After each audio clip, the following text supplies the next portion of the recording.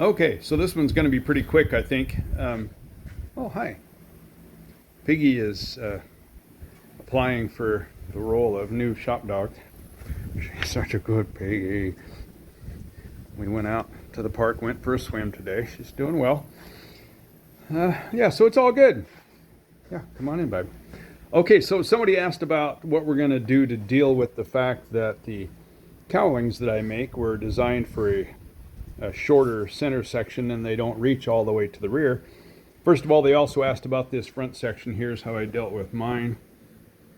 When I laid these decks on here, I made this one piece arrangement on this side, and this was a separate piece. You don't have to do that. This middle piece can be separate from them, but I just eliminated a seam that way. Here you'll see there's actually a lip here as well. I overlaid this middle section here, so it'd be really good and strong, you know what I mean? Piece underneath.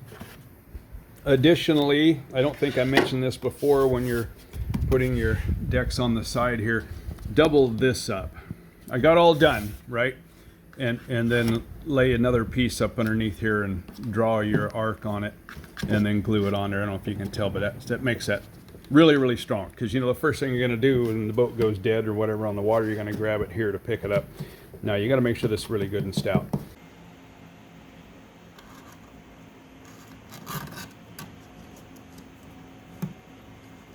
And this here, same thing. We just don't want it to break. It'll tend to you know, crack right here on this seam anyway. So doubling this up is just a good, nice way to deal with that. Okay, and I made cute little rounded section there. So the cowl lands like that. Just about ready to seal. In fact, I think I'm going to do that yet today, hopefully. I'm going to, yeah, you know, flip it over and spin it around and take another good look at it and make sure that everything is good. But I was really careful putting it together. You can see I didn't have to, I never had to sand through any layers to get everything to lay really nice. I'm just really happy. It turned out really, really well all the way around. Every dog has his day. Speaking of dogs. And so yeah, this was my day. Did a nice job here. You can see how we're dealing with this already.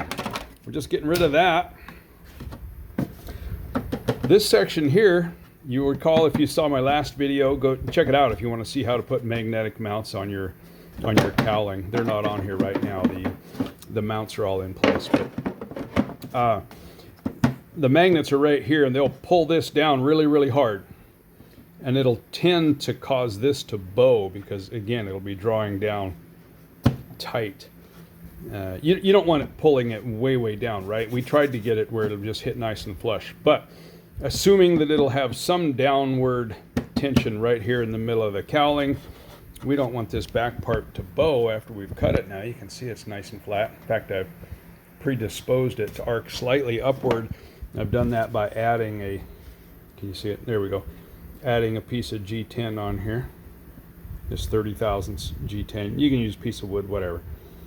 That'll just keep this part from bowing. Okay. False deck. We want it super light, super easy to deal with. I don't want magnets. I don't want mounts. No, nothing. Tape it on one spot. Here's all you got to do. Ta-da! Piece of wood. Another piece of 30 thou G10. See all the little holes in it? Someone's going to say, oh yeah, you did that to lighten it. Yeah, well, maybe. The truth is I did that in it just to give the epoxy a place to, they call it purchase, right? Where the epoxy can kind of be in those holes to help hold it so you don't have to worry about this piece cracking off of there. This is all we're doing. There, done. On my Stro, you may have seen this in some of the other videos, I just tape it along the side. And that works well here because I made this one out of fiberglass. And man, that's heavy. And then I don't know why I put so much pour foam on it. You know, pour foam, it's crazy. You put it on there and it just expands out like you wouldn't believe it. It's bonkers. And obviously, overkill. This probably weighs as much as the fiberglass. But this thing's heavy, and I've just never dealt with it. So wood instead of fiberglass. You can ask why I didn't use G10. Same reason, G10's heavy. And if you want it to maintain its shape at all, it has to be fairly thick. 30 thousandths would probably even bow. You'd have to go like 40. And then it's really, really heavy. It's super duper dense fiberglass is really all it is. So wood, grain runs this way. Okay, because we need it to stay stout that direction. You think, well, the deck slopes slightly, so we should, that's why I did it. No, not really. It's to keep it supported well across, because it has its support here and here and here, but not here. So we want to support it well. Adding this piece on there is going to help create a little bit of rigidity to that forward section. Again, when you can't see it here, when I clamped this, I actually set it down in such a way that it was bowing it ever so slightly, just to kind of predispose it to have a bow across the deck. I think on this one I'm going to tape it in the back, just to hold it in shape.